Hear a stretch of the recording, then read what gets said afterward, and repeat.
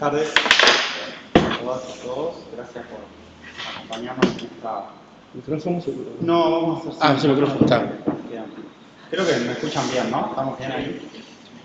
Bueno, gracias por estar acá. Estamos en la mesa 2, nuevas formas de vigilancia de este evento, a los 50 años de Vigilar y Castigar, actualidad de una obra práctica. Y seguido a esta mesa tendremos la mesa de apertura, que va a comenzar a las 19 horas. Tenemos un pequeño corte ahí para tomar un café, compartir un rato y conversar. Las y los invitamos a quedarse a quienes puedan.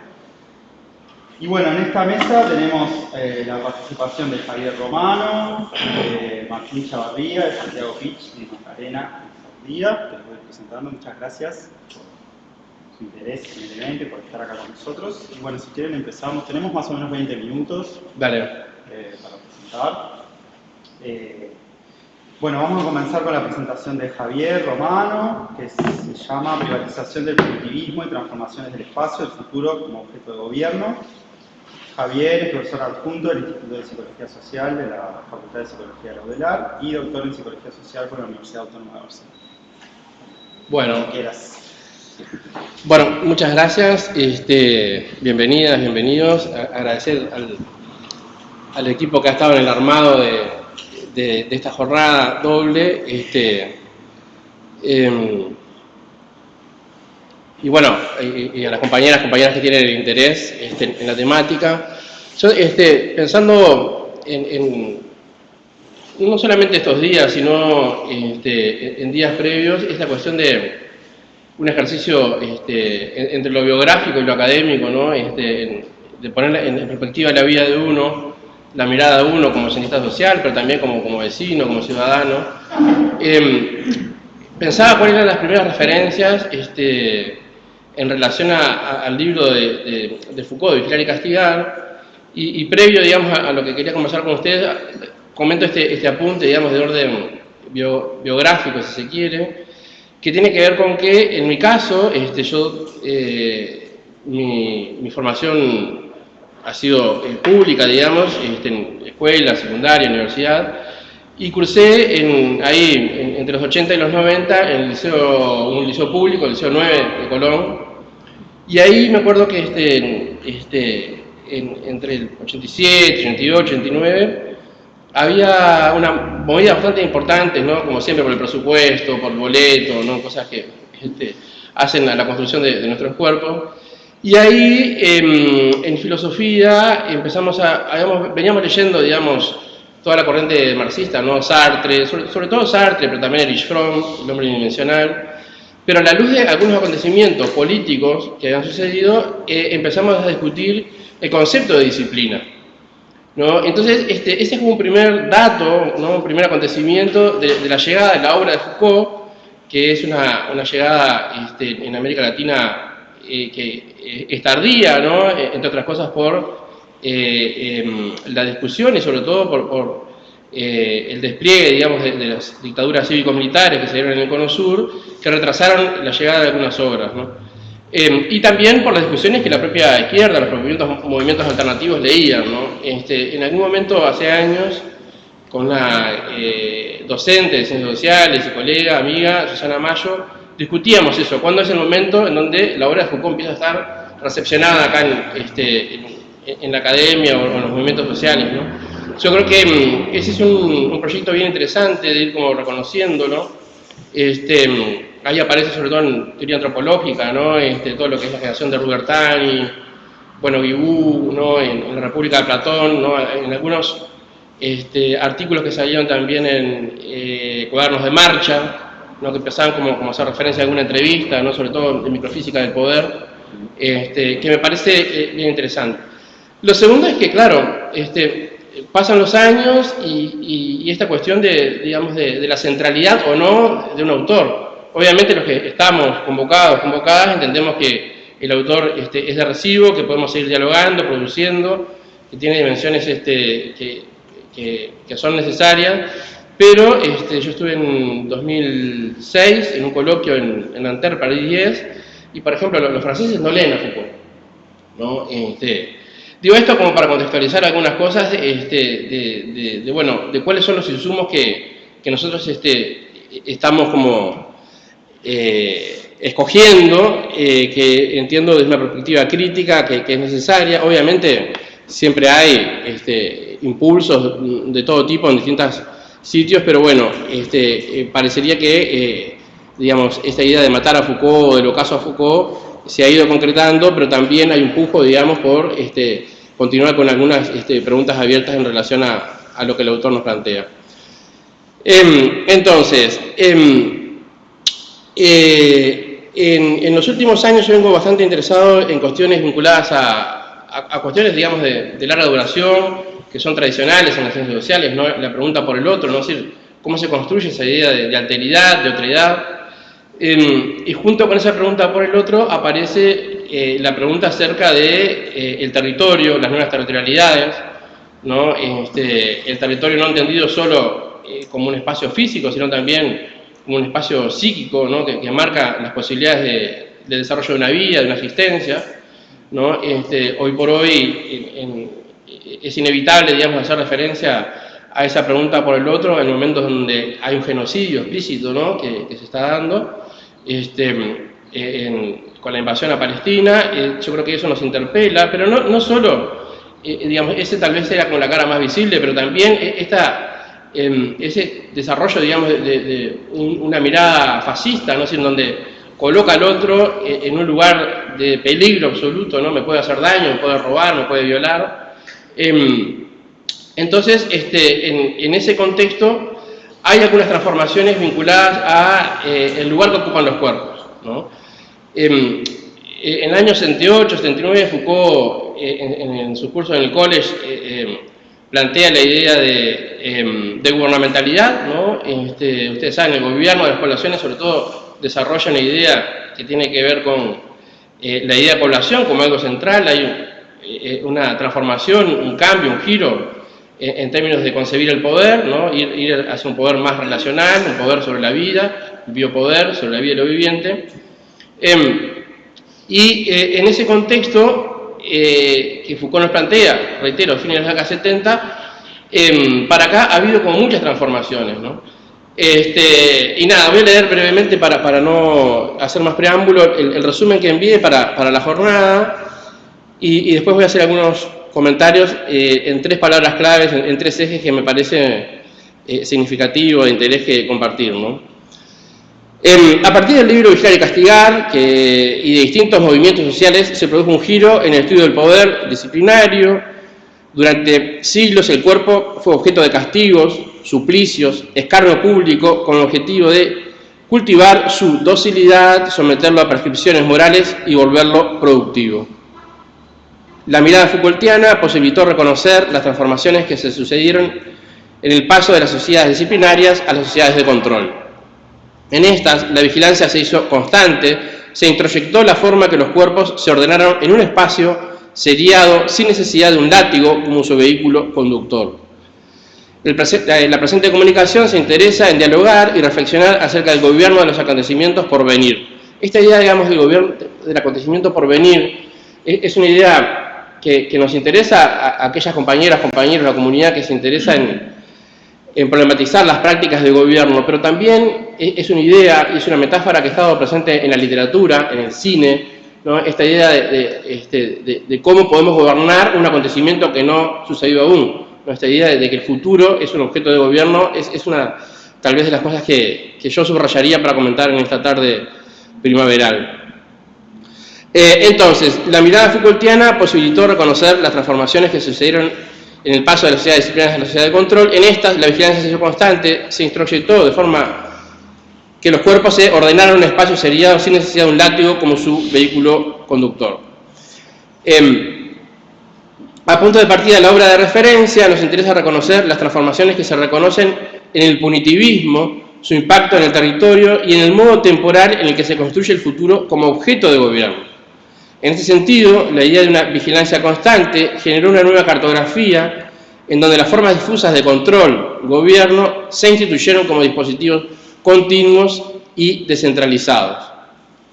Adentrado el siglo XXI, en el marco de la mercantilización de la vida, podemos constatar la intensificación de la privatización de las prácticas punitivas. Es decir, siempre ha habido prácticas punitivas, digamos,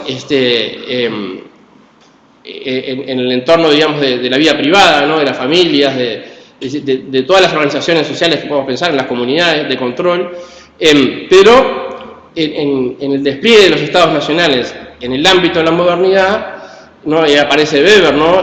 Con esta idea del Estado, que es el que tiene el control sobre el territorio y hace uso exclusivo de la fuerza. Parecería que en los últimos años ese monopolio de la vigilancia se ha desplazado, y hoy no solamente la mirada estatal es la que vigila y controla, sino que incluso nosotros mismos somos agentes que va generando dispositivos de control y de vigilancia. Sabido que diversos actores, ¿no? Sociales, empresas de seguridad, plataformas digitales, medios de comunicación, sustituyen las funciones de control social que no hace mucho tiempo eran privativas de los estados nacionales.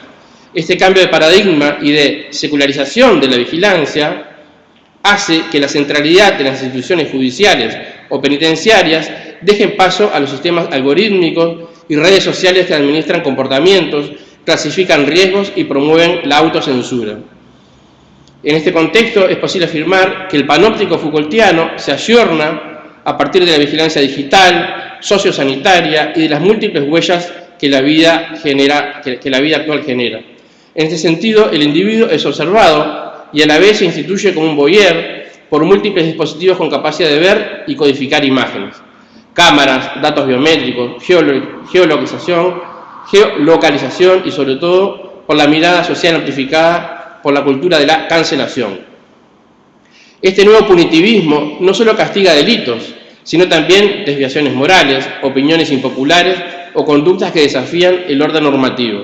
Se configura así una justicia paralela, informal, inmediata y muchas veces irreversible que opera en redes sociales y medios masivos.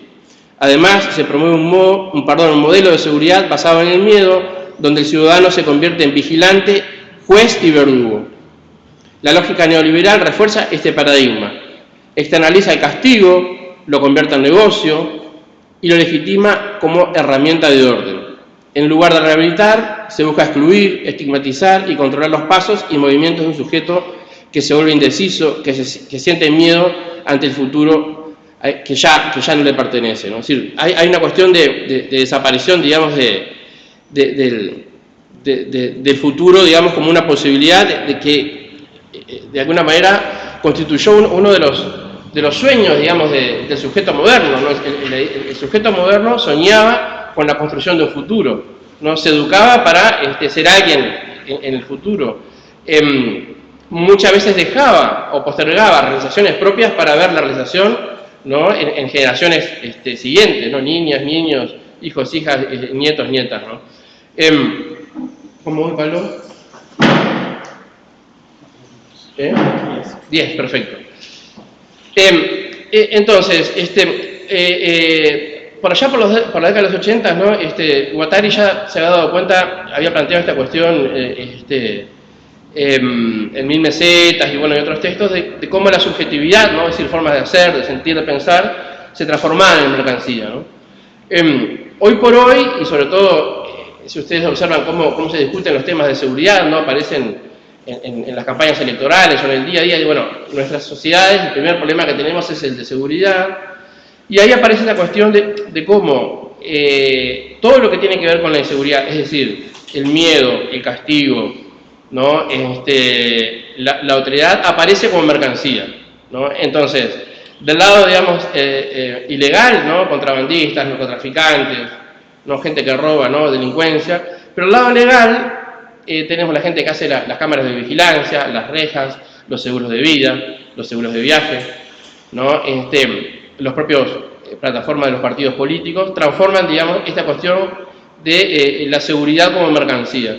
Y en ese bucle, que lo señalo como algo problemático, hay una transformación del espacio, ¿no? Del espacio en esta división clásica, digamos, del espacio público y el espacio privado, con una fuerte transformación a la luz de este paradigma, digamos, securitario, en donde se despliega justamente políticas del miedo que van construyendo relaciones que necesitan, digamos, por un lado resguardarse de los peligros y por otro lado ir teniendo cada vez más elementos de seguridad, ¿no? En el espacio público la transformación ha sido radical, ¿no? No sé si Gerardo estaba hace un par de años, un amigo que cumple años en abril, comimos unas pizzas ahí en La Paponita, que ahora cerró en 18 y Minas, y nos fuimos a sacar una foto caminando por Minas hacia Colonia, hay un hábitat, y hay como un edificio en la entrada y hay un graffiti precioso, y éramos 5 o 6, nos fuimos a sacar una foto, y 9:30, 10 de la noche, 11 como tarde, y cuando estamos parados, ¿no?, para sacar, un altoparlante dice, ¿qué están haciendo ahí? Nos habla el parlante, ¿no? O sea, alguien nos dice, ¿qué están haciendo ahí? Esto es una propiedad privada, retírense ya, porque vamos a llamar, ¿no?, a la policía civil. Y esa transformación del espacio, la compañera se ríe, capaz que le pasó. En términos, digamos, no es solo un problema, digamos, de la transformación del espacio, sino de los vínculos que se dan en el espacio a partir de este paradigma securitario. En este caso era una voz de la empresa privada que controla, que vigila ese espacio, y que claramente era un espacio público. Nosotros no había nada, no hay nada que diga que no podemos estar ahí, ¿no? Ahí hay varias cuestiones, ¿no? El control del espacio, ¿no? Hoy por hoy ha habido, hace poquito falleció, hace un mes y medio o 2, una persona que cayó y se lesionó y falleció, ¿no?, en esto que se ha dado en denominar y que constituye, parecería un campo de estudio, la arquitectura hostil, ¿no? Yo viviendo en Barcelona, por ejemplo, había como mucha arquitectura hostil focalizada en jóvenes. Entonces yo vivía con una especie de parque que muchas veces se juntaban jóvenes ahí a conversar, y una vecina había comprado como una especie de alarma que no se sentía, que emitía un sonido, que no lo sentías, digamos, no era una chicharra, pero sí te iba generando un malestar, y entonces los jóvenes se iban, ¿no?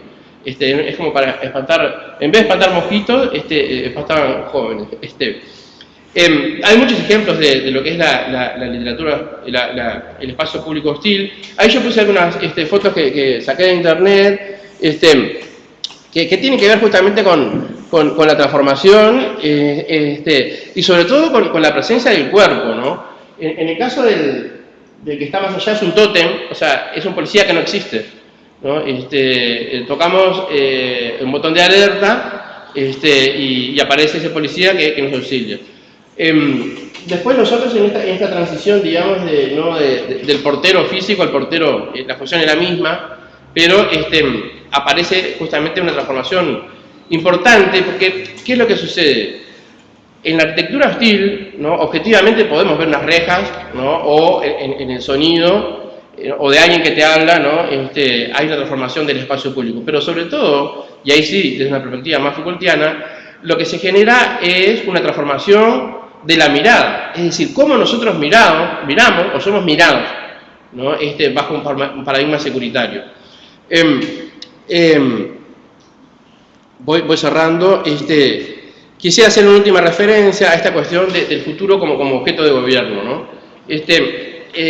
Sabemos, ¿no?, estas teorías predictivas, ¿no?, y algoritmos de control, que lo que hacen es utilizar el sistema muy antiguo, ¿no?, del cazador. Nosotros cuando vamos a cazar una presa la seguimos por su huella, ¿no?, o porque dejó su huella en el barro, o porque defecó hace poco, ¿no?, y la bosta todavía está fresca, entonces bueno, acá hay una liebre, ¿no?, hay cualquier... Nosotros nos pasa esto, ¿no?, cuando vemos ropas o una pizza o algo de literatura que nos interesa, vamos dejando huella, ¿no? Y el algoritmo va construyendo perfiles y a partir de ahí va justamente redefiniendo, segmentando las posibilidades que esa población en un espacio, en un tiempo, va desarrollándose. Ahí aparecen, ¿no?, todas las narrativas de seguridad y política de excepción. Y una de las cosas que ha sucedido es que, claro, ¿no?, si pensamos en la idea de gubernamentalidad de Foucault, del gobierno de las poblaciones, de los cuerpos, hoy por hoy parecería, si damos continuidad al pensamiento Foucaultiano, que el gobierno, digamos, tiene que ver con el futuro y sobre todo cómo nuestros propios cuerpos no son más que información, ¿no? Y cómo esos cuerpos que son información vamos capitalizando bases de datos de distintas naturaleza. Entonces, para ir cerrando, ¿no? En esta cuestión de acercarnos o prever el acontecimiento, ¿no? Hay muchos relatos, ¿no? En Estados Unidos, muchas empresas presentás el carnet de salud y dicen, no te podemos tomar porque vos tenés una posibilidad muy alta dentro de 4 años de generar diabetes, ¿no? Esta cuestión de que el acontecimiento no sucedió, pero a partir del despliegue, ¿no? De dispositivos de sistematización de información se genera un futuro en el cual, bueno, ahí se ubican los cuerpos o no. Entonces, quisiera pasar la última placa, Pablo. Ahí, la última placa es de una película, Yo Robot, ya tiene 20 años, inspirada en un texto de Isaac Asimov. A mí esta escena siempre me resultó como muy cautivante. No sé si la han visto, Yo Robot. Por allá sí. Bueno, a las compañeros que la han visto, ¿se acuerdan que la película empieza como muy frenética? Empieza con una escena, una escena pública, en un mercado, como ahí aparece. ¿Y qué es lo que sucede? En esa escena, en el mercado, de repente aparece un robot, ¿no? Corriendo, la cámara empieza a seguir al robot, el robot va corriendo con un bolso. Entonces, en una semiosis muy básica, nos lleva como a interpretar de que el robot había robado, ¿correcto? ¿Y qué es lo que interpreta el policía que lo está amenazando con un arma? En realidad, había sucedido otro acontecimiento, y es que el robot había visto que una señora se olvidó de su bolso, perdió su bolso, y agarró el bolso y salió corriendo para alcanzarle el bolso a la señora. Esa escena para mí es memorable, porque da cuenta de lo que nos puede suceder hoy, ¿no? Porque si acá con Germán y Pablo queremos salir a correr a las 7 de la mañana por la Rambla, ¿no? De acá en Positos, del Malvin, o cualquier otro sitio que esté pensado para correr, con jogging, ¿no? En las cámaras no va a pasar nada, porque es el acontecimiento esperado de los cuerpos en el espacio. Ahora, si a las 4 de la tarde salimos corriendo en la plaza de los bomberos, es probable que a las 2 cuadras nos pare una patrulla pensando, decodificando en esa dimensión prosémica de que el acontecimiento, digamos, no era el deseado. Entonces, podemos dar cuenta de muchísimos otros ejemplos de la cuestión de cómo hoy por hoy el gobierno está puesto en el futuro en estas cruces de información que se va dando y sobre todo de una nueva composición, de una mirada, digamos, panóptica. Obviamente hay resiliencia, hay fugas, ¿no? Hay performance, pero lo que nos trae hoy justamente son los 50 años de Vigilar y Castigar. Entonces, en ese sentido es que comparto este tiempo y esta mirada con ustedes. Gracias. Gracias.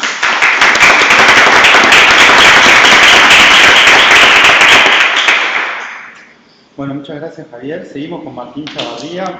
Martín trabaja como docente en el ISEF, estudió licenciatura en Educación Física y actualmente es maestrando en Educación Física. Su presentación es Montevideo se mueve, formas contemporáneas del consenso sobre la vigilancia y la preocupación por el uso del tiempo libre en la ciudad.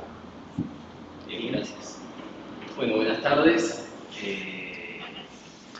El ejemplo de la Rambla creo que es un enlace muy bueno para esta presentación, porque de hecho, bueno, lo que voy a pasar a presentarles es algunos avances de mi tesis de maestría, en donde en particular tomo lo que puede considerarse como una política de la Intendencia de Montevideo bajo el eslogan Montevideo se mueve, que incluye vínculos con la Rambla de Montevideo. Bien, nada más decir a modo contextual que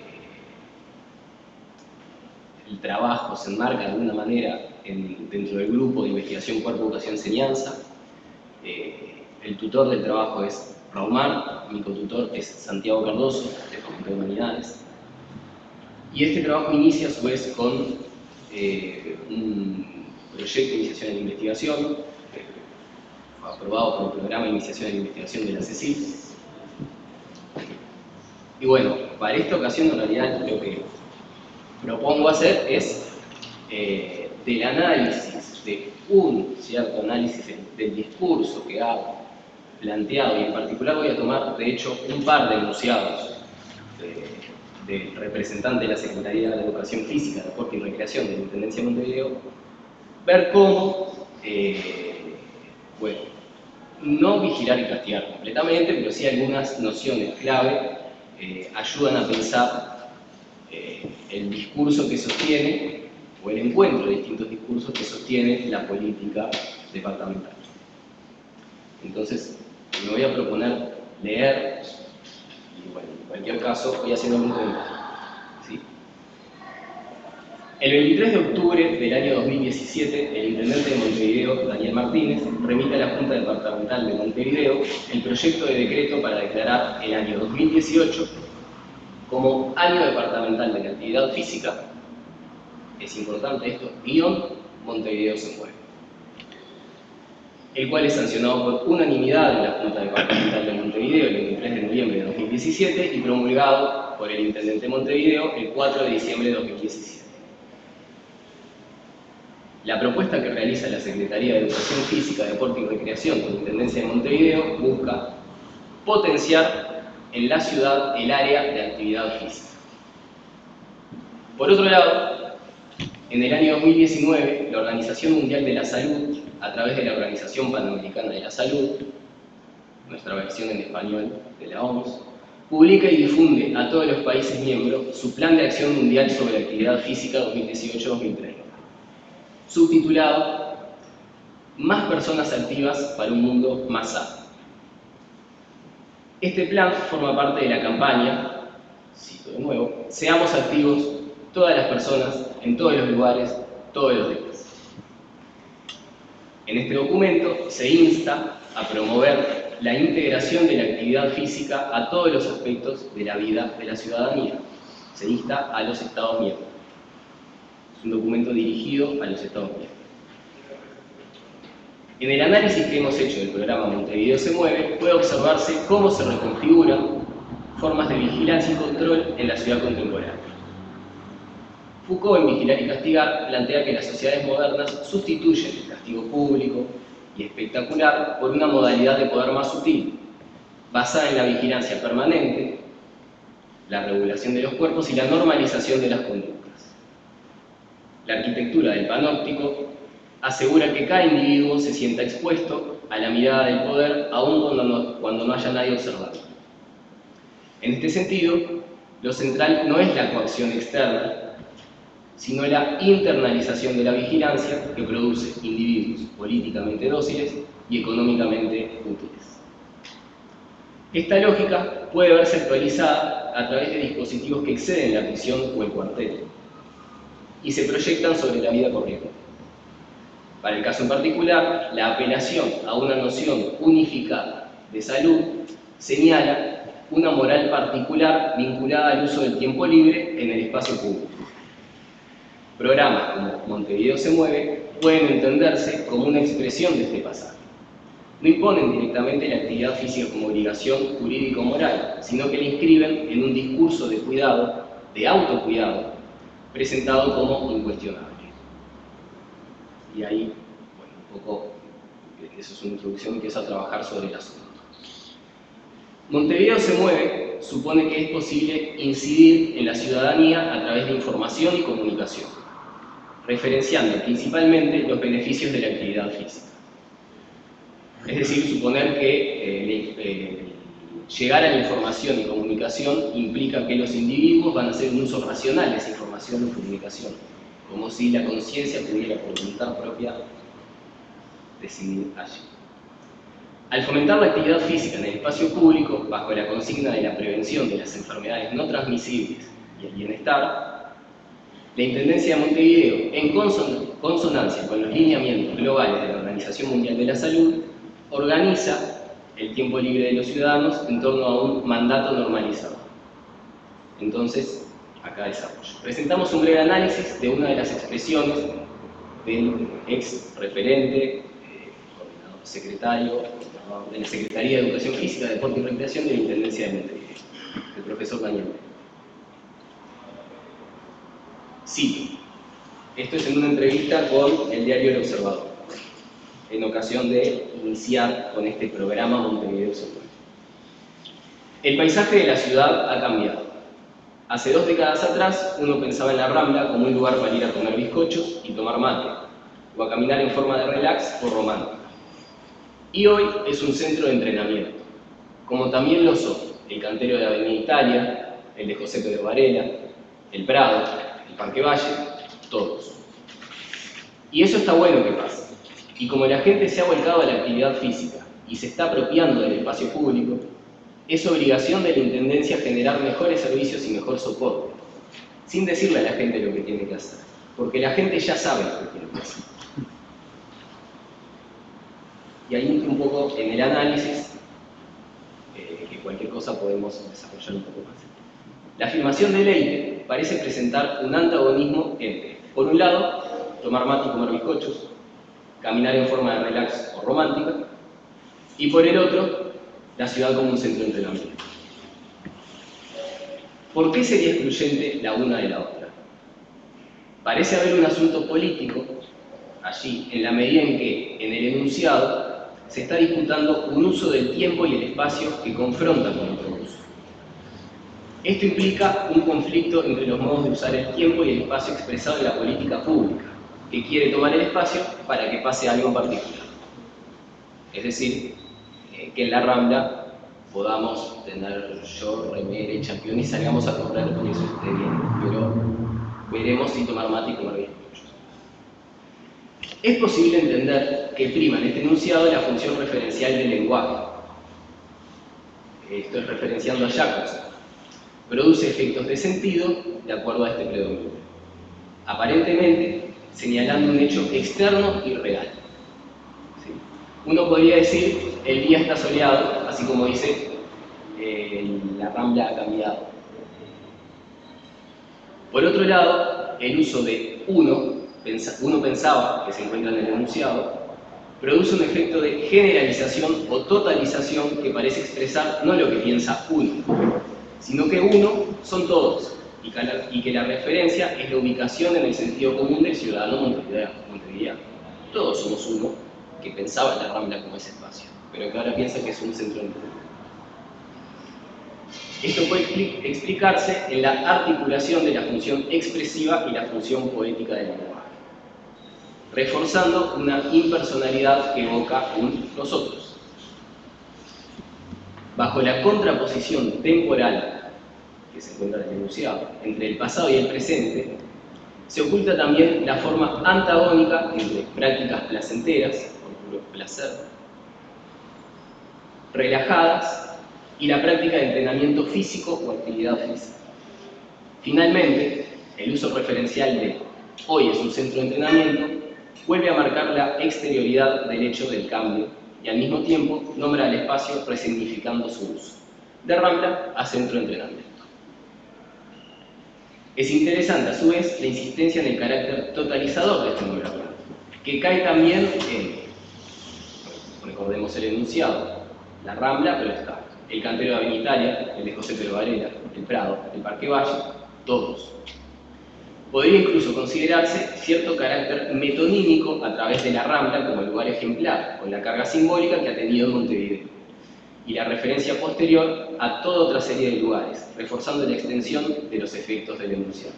La palabra todos, al final, actúa como cierre y enfatiza la idea de totalización. Todos los espacios han sido resignificados bajo la noción de actividad física. Desde otro punto de vista, es posible pensar que el acto locutivo, acá estoy trabajando con John Austin, el relato del cambio de la ciudad es algo más que el hecho de decir algo. A continuación, Leite dice, y eso está bueno que pase, ese cambio, que describe, parece describir anteriormente. Este complemento brinda elementos suficientes para entender que hay una valoración clara de la descripción de ella, por lo que aflora la fuerza de un acto ilocutivo, es decir, cierta intención, al cual es posible vincular su función perlocutiva, es decir, de producir efectos en el oyente, pudiendo tratarse de la búsqueda en el oyente de la persuasión para provocar la aceptación del cambio descrito. Es decir, En conclusión, parece tratarse de una enunciación con efecto ideológico que constata, por un lado constata el cambio, la ciudad ha cambiado, lo valora, eso está bueno que pase, pero al mismo tiempo lo promueve. La forma en que el director de la Secretaría de Educación Física, Deporte y Recreación expresa esto da por supuesto que la Rambla fue un espacio vinculado a unos usos del tiempo libre más relajados, quizás vinculados al ocio, relacionados con tomar mate, comer bizcochos, relax y romanticismo, y que ahora es otra cosa, un espacio para el entrenamiento. Esto que se presenta como evidente parece organizar lo que se puede decir y pensar sobre el espacio público, al margen de lo que efectivamente se hace. El cambio de la ciudad, la Rambla, el espacio público al centro de entrenamiento no es menor. Puede percibirse allí cierto pasaje del encuentro horizontal en el espacio público a una forma de autodisciplinamiento individualizado. Podría considerarse que este enunciado se ubica en el encuentro entre el organismo internacional, la OMS, y la institución de gobierno departamental, que a través del discurso reorganiza los espacios públicos bajo la lógica biopolítica contemporánea. El control de los cuerpos a través de los comportamientos individuales para la optimización de la salud. Acá una cosa importante e interesante es que no necesariamente uno camina por la Rambla y acá es donde está el asunto, pensando en hacer actividad física y de cierta manera mejorar la salud. Sin embargo, se está diciendo de eso que se observa que es actividad física. Y ahí está el asunto. Si se entiende la realidad como aquello que cubre lo real, es decir, si dada la demanda de sentido por parte del hablante se constituye una fantasía imaginaria, entonces podría argumentarse que la forma en que el enunciado está construido juega con la demanda del hablante, poniendo dirección hacia un sentido en particular que permite construir una realidad que ya no es la del paseo en la Rambla, sino la del centro de entrenamiento. De ser así, esto supone ya no el disciplinamiento a través de diversiones, deportes, gimnasias, como en educación física solemos, sino la incorporación de la actividad física como noción estructurante del movimiento del hablante. En otro enunciado, que no había pensado en este momento, de la misma entrevista, se plantea qué actividad física se puede hacer, andando en patines, jugando a la pelota, en carreras, en una diversidad de actividades. No importa la forma, sino que lo que importa es que lo que se dice de ella, la abstracción que se hace, que es actividad física, es un organismo, un cuerpo definido anatomofisiológicamente que está llevando adelante un gasto de energía superior a un mínimo recomendado por la OMS. Relega, entonces, a nivel discursivo, el lugar de reunión de los cuerpos en el espacio público, negando, por ejemplo, la posibilidad de la contemplación y la quietud. En el enunciado, el sujeto es interpelado como testigo de una transformación, pero también como parte de ella. De esta manera, parece proponerse una forma de regulación que supone la vigilancia de sí mismo a través de la preocupación por el movimiento de un cuerpo definido anatomofisiológicamente, que bajo la noción de la actividad física parece enmarcarse cómodamente en el cuidado de sí como deber ser. Cuesta muy poco. Esto implicaría una modificación sustantiva de la ciudad, de la Rambla, del todos, enunciado por Daniel Leite, de un lugar para habitar a un lugar para hacer. La enunciación y el contexto discursivo dan cuenta de la búsqueda y la constatación de que lo visible ya no sea el paseo, que puede estar sucediendo, sino el cuerpo en acción, o un organismo en movimiento, o individuos haciendo actividad física. Running, entrenamiento funcional, ciclismo, utilizando juegos celulares. El enunciado parece reforzar cierto consenso acerca de que los espacios públicos deben ser funcionales, que el movimiento funcionales a la actividad física, que el movimiento del cuerpo debe responder a individuos dóciles y económicamente útiles. Y ya cierro. El eslogan "Montevideo se mueve" funciona como condensador de sentidos que articulan políticas públicas, marketing institucional y prescripciones de conducta ciudadana. De esta manera, se ha identificado que, en general, la política de la Intendencia de Montevideo en el afán por el progreso constante, promueve una vida anátomo-fisiológicamente activa para el desarrollo de la ciudad, despreocupándose de la vida políticamente activa, lo que constituye otra forma de ciudadanía. Esto no excluye, voy a hacer ese, que en el encuentro, en los juegos saludables o gimnasios al aire libre que todos vemos en la Rambla o en los espacios públicos de nuestra ciudad, uno no pueda discutir el presupuesto universitario, por ejemplo, y entonces que constituya cierto espacio en donde la política, bueno, aparece de alguna manera. Se ha encontrado que en el pasaje de una ciudadanía activa a una sociedad activa o a una vida activa, esto es una referencia de por sí de la Organización Mundial de la Salud, que así lo promueve, se juega mucho más que un término. Es expresión material de un estado particular de los asuntos políticos. El discurso de promoción de la vida activa, que se propone como un cambio a nivel de toda la sociedad, parece buscar el autocontrol con base en la creación de normas y actitudes positivas. El imperativo de la vida activa no solo actúa como una estrategia sanitaria o un funcionamiento profiláctico, la prevención de enfermedades no transmisibles, sino también como forma de gubernamentalidad, donde el cuerpo deviene objeto de gestión urbana y económica. Lo que aparece como una política de promoción de la salud puede ser leído, desde la óptica Foucaultiana, como un dispositivo de disciplinamiento sumamente sutil, donde el control no necesita de una autoridad vigilante concreta.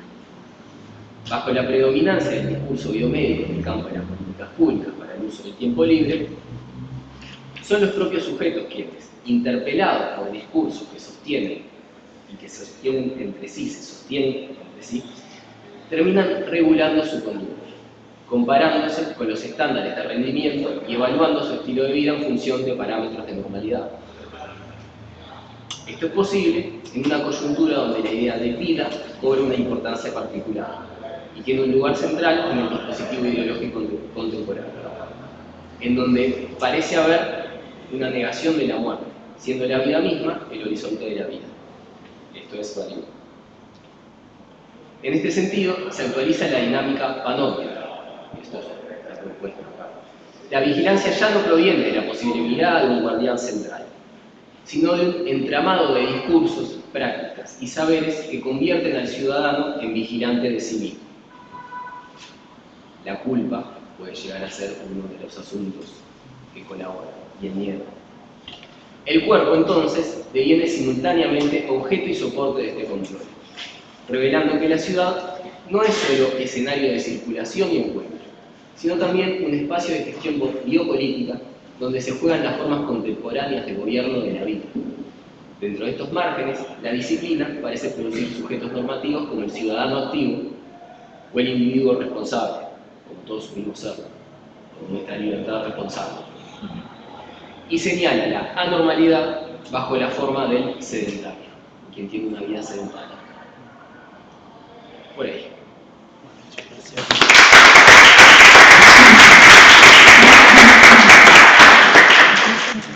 Gracias, Martín. Bueno, sigue la presentación de Santiago Pich y Macarena Saldría. Santiago es profesor de la Universidad Federal de Santa Catarina y doctor en Ciencias Humanas de la misma universidad. Y Macarena es docente asistente en ISEG y en el CURE y es magíster en Educación Corporal y está estudiando también en el doctorado en Ciencias Humanas en la Universidad Federal. Bueno, la presentación es Cuerpo y Tecnovigilancia del Control. Adelante, 20 minutos. Bueno, muchas gracias. Gracias por venir a escucharnos, gracias por la organización de esta mesa.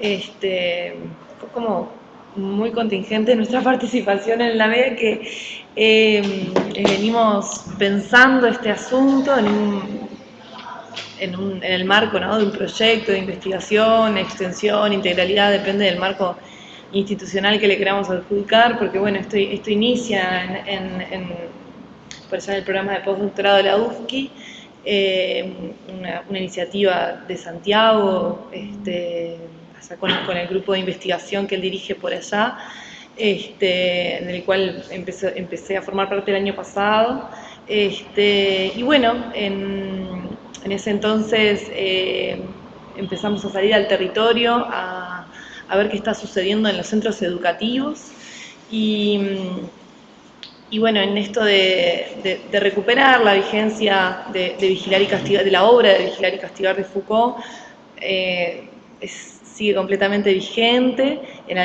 con las actualizaciones que queremos recuperar y presentar hoy.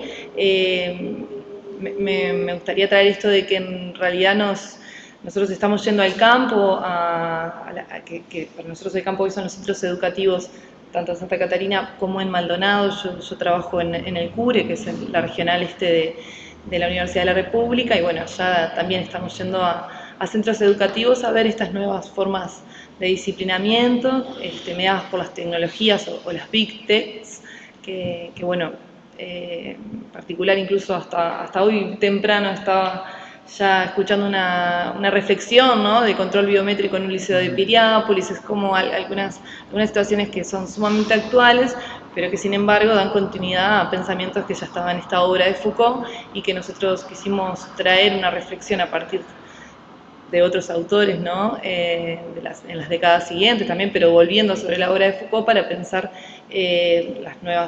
las formas actuales del disciplinamiento. Bueno, la reflexión que está trayendo el campo también implica un ensayo teórico constante. En eso se está generando una red latinoamericana que bueno, acá estamos por el ISEF, también Santiago por la UFSC, hay otras universidades también e instituciones de Latinoamérica con quienes estamos conversando este asunto para, bueno, ver un poquito los efectos, sobre todo en las formas de relacionamiento y que se expresan, ¿no?, en las dinámicas institucionales de los centros educativos. Y bueno, hoy lo que vamos a presentar es un poquito esas reflexiones, insisto, también volviendo a la obra de Foucault, pero trayendo quienes a partir de la obra de Foucault han pensado la actualidad y con quienes nosotros también queremos pensar. Así que bueno, en ese puzzle venimos armando y pensando, y esto es un ensayo, pero bueno, esperamos que también continúe siendo también en el hacer del propio trabajo que nos espera de acá a un tiempito. Así que bueno, eso. Bueno, buenas tardes a todas y a todos, un gusto estar acá. Mi nombre es Santiago, yo soy cordobés, pero ya hace un tiempo vivo en Brasil y trabajo en Florianópolis, en la Universidad Federal de Santa Catarina. Me formé en educación física, hice una maestría en ciencias del movimiento humano y un doctorado interdisciplinario en ciencias humanas, en el cual hoy también actúo, y el cual Maca hace su doctorado, y ahí fue punto de encuentro. Y bueno, dirijo un grupo de investigación que de unos 3 años y medio para acá cambió su eje. Hasta ese momento estamos trabajando con el último dominio de la obra Foucaultiana, entonces Foucault de los años 80. Y bueno, por una pregunta también Foucaultiana, que es, bueno, ¿qué es pensar? Uno pensar en hacer una ontología del presente, no sé, preguntarse, bueno, qué tiempo ese que habitamos y qué relación guardamos con él. Entendimos que un poco preocuparse por estas cuestiones de la vida digital como un escenario que se impone. Ya venía en gran aceleración en el periodo prepandémico, pero la pandemia es una bisagra histórica para el mundo, y que se impone a todos nosotros la vida digital como un nuevo modo de estar en el mundo, ¿no? Y apareja evidentemente en unas lógicas de control y de gobierno, ¿no? Básicamente ese es lo que nos lleva a este lugar. Y bueno, como acá pensamos este texto para este momento, y bueno, qué elementos, ¿no?, esta obra Foucault nos permite pensar el presente a partir de cierto ayuntamiento teórico metodológico de lo que ahí se presenta. Yo voy a seguir el texto que preparamos, pero no ser un poco más cuidadoso con el tiempo también y con la exposición de los argumentos que queremos compartir. Bueno, entonces, como ya se fue dicho, el texto sobre cuerpo y tecnovigilancia del control. En 1975, con la publicación de Vigilar y Castigar, Michel Foucault nos presenta las técnicas de vigilancia y control, en el que analiza el ejercicio físico del poder en las sociedades burguesas y capitalistas dentro de una época en la que están teniendo lugar diferentes transformaciones cuyos efectos persisten en el actual advenimiento de la colonización y gubernamentalidad algorítmica, a pesar de que hay que entender de qué se trata este nuevo momento. El pasaje de las sociedades disciplinarias del siglo XIX y XX a las sociedades del control de fines del siglo XX e inicios del siglo XXI, analizadas por Jules Deleuze, implica transformaciones en el control y la vigilancia de los cuerpos, aquello que Jules Deleuze denomina sociedades de control, ¿no? Ese cambio entre sociedades disciplinarias y sociedades de control. La incorporación de la mirada de quien nos vigila en el modelo panóptico desarrollado en la obra Foucaultiana y continuado en la historia de sexualidad permite la admisión del control constante durante toda la vida del individuo, en última instancia prescindiendo de su encierro en una institución. El pasaje de una sociedad disciplinaria de control implica una nueva organización del sujeto con las instituciones sociales. La concesión del control y vigilancia de uno mismo a los emergentes dispositivos de tecnovigilancia se pacta bajo el velo de la promesa de seguridad y de mejoras en los servicios. Entonces ahora también, no es que se parece el vigilante se pluraliza, se pulveriza, se capilariza y se vuelve un objeto digital, ¿no? Así, en las emergentes sociedades de consumo, adquirir servicios individualizados e individualizantes ocultan la captura y el control de uno mismo en el marco de una capilarización cada vez más profunda de las técnicas disciplinarias. La modulación de las conductas y deseos se produce a partir de la incorporación de la tecnología que se marca en el final del siglo XX, comienzo del siglo XXI, con la digitalización de la vida, junto con el avance de una nueva racionalidad gubernamental en la que se producen saberes, discursos y técnicas específicas de gobierno, la gubernamentalidad algorítmica. En este escenario, en vez de los algoritmos con prolongación y radicalización de gestión estadística de la población, no solo para el registro, identificación y conocimiento de los fenómenos, sino que predicen y alteran las conductas en tiempo real. Adviene entonces un modelo efectivista muy poco regulado, conocido como data mining, el cual permite anticipar comportamientos cuya configuración algorítmica es, de modo general, imperceptible para el individuo. Acrecentando no solo el poder sobre los cuerpos, sino también sobre la posibilidad de extraer valor de ellos mientras se evaden posibles resistencias individuales, así como controles legales. También entendemos que hay un momento en el que las posibilidades de resistencia son minorizadas en la medida que estas tecnologías producen una colonización interna, no hay un otro externo que visualmente nos podemos oponer. Entonces, la siguiente exposición buscará señalar el cuerpo en el advenimiento de la tecnovigilancia y el neodisciplinamiento, partiendo de las transformaciones de las sociedades disciplinarias a las sociedades de control, un primer pasaje necesario para la emergencia de la gubernamentalidad y la colonización algorítmica. Por último, buscaremos señalar la actual hibridación del cuerpo a la máquina, así como el control electrónico de la vida con nuevas modulaciones del panoptismo Foucaultiano. Entonces, el pasaje de sociedades disciplinarias a las de control, ¿no? Deleuze señala el periodo luego de la Segunda Guerra Mundial como el momento en el que se evidencia el abandono de las sociedades disciplinarias o el pasaje de las sociedades disciplinarias a las de control. La crisis de las instituciones modernas anuncia su reemplazo por las sociedades de control en las que nuevas armas y nuevas instituciones se ocupan de nuevas formas de arraigo del poder.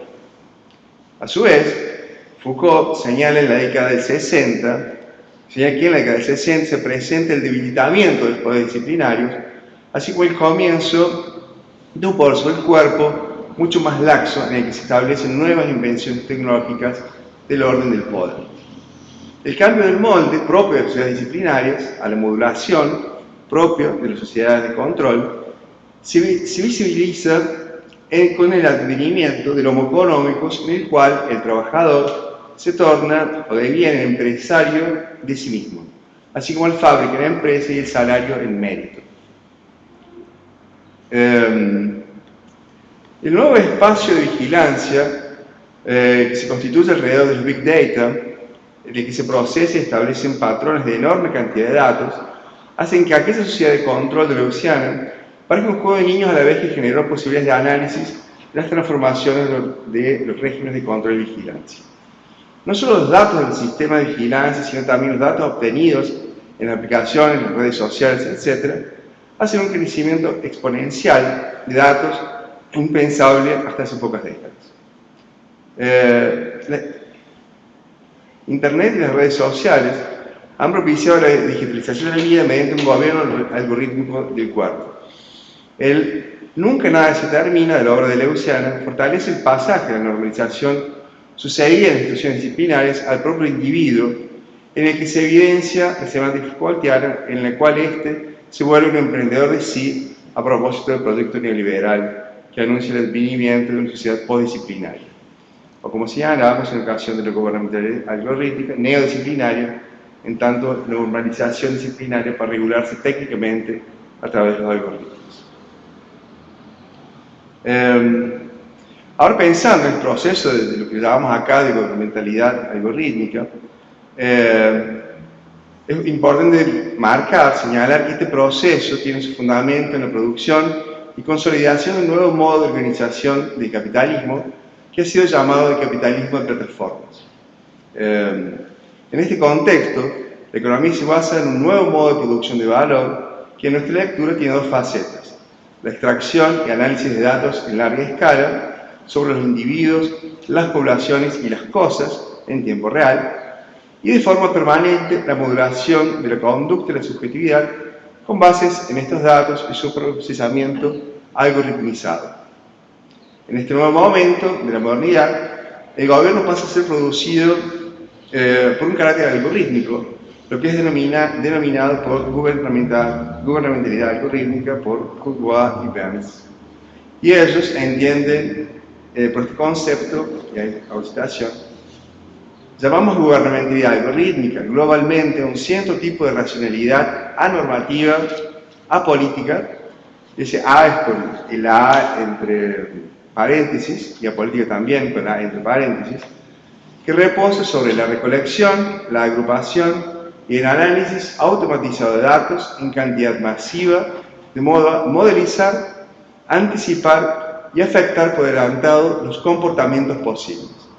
Entonces, el gobierno por algoritmos implica entonces, a partir de una captura de datos en tiempo real de los individuos y las poblaciones, la posibilidad de incidir sobre estos comportamientos de modo a afectarlos, anticiparlos y a conducirlos, o sea, conducir las conductas, por tanto, gobernar. En este contexto, lo que emerge es una subjetividad perfilizada. Este es el modo de agenciamiento de gobierno que resulta del procesamiento en tiempo real de datos, recombinados algorítmicamente por la producción de un perfil. O sea, importante esto, o sea, un perfil no es una subjetividad moderna, sino es lo que emerge a partir de un proceso permanente de datos recombinados algorítmicamente. Como lo dicen nuestros autores, que tienen como objeto, como dicen nuestros autores, modelizar, anticipar y afectar por adelantado los comportamientos posibles. O sea, puede ser dicho de otra forma, impedir el devenir. ¿No? O sea, pensar, ¿no?, que lo que ocurre necesariamente será conducido, o actuar sobre el conducto, como dice Foucault, actuar sobre las conductas posibles. La vida pasa a ser objeto y blanco de la omnipresencia de los dispositivos de vigilancia digital. Todo lo que existe precisa ser dataficado y escrito en lenguaje binaria 0-1. Es relevante decir que en este momento ese proceso no es exento de C, ¿no? Como lo dicen Roubaud y Burns, el gobierno por algoritmos se presenta como anormativa y apolítica, como ya dije entre paréntesis, porque respondería a criterios emanados de los propios usuarios y sin orientación ideológica, lo que es claramente falso.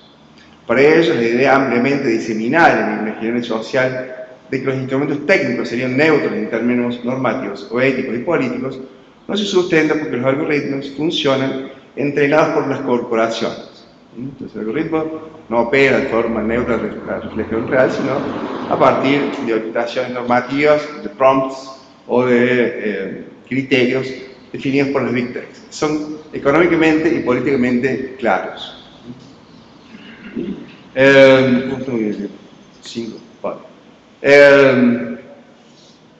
Bueno, nosotros voy a pasar un poco más rápido para ponerme en el final.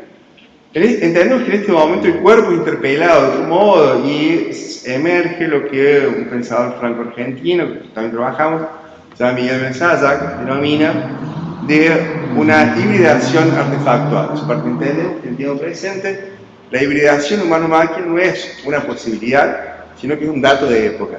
Entonces uno puede decir, no me gusta, a veces es un dato de época, y lo que entendemos que importa interpretar es el modo en que esta hibridación ocurre.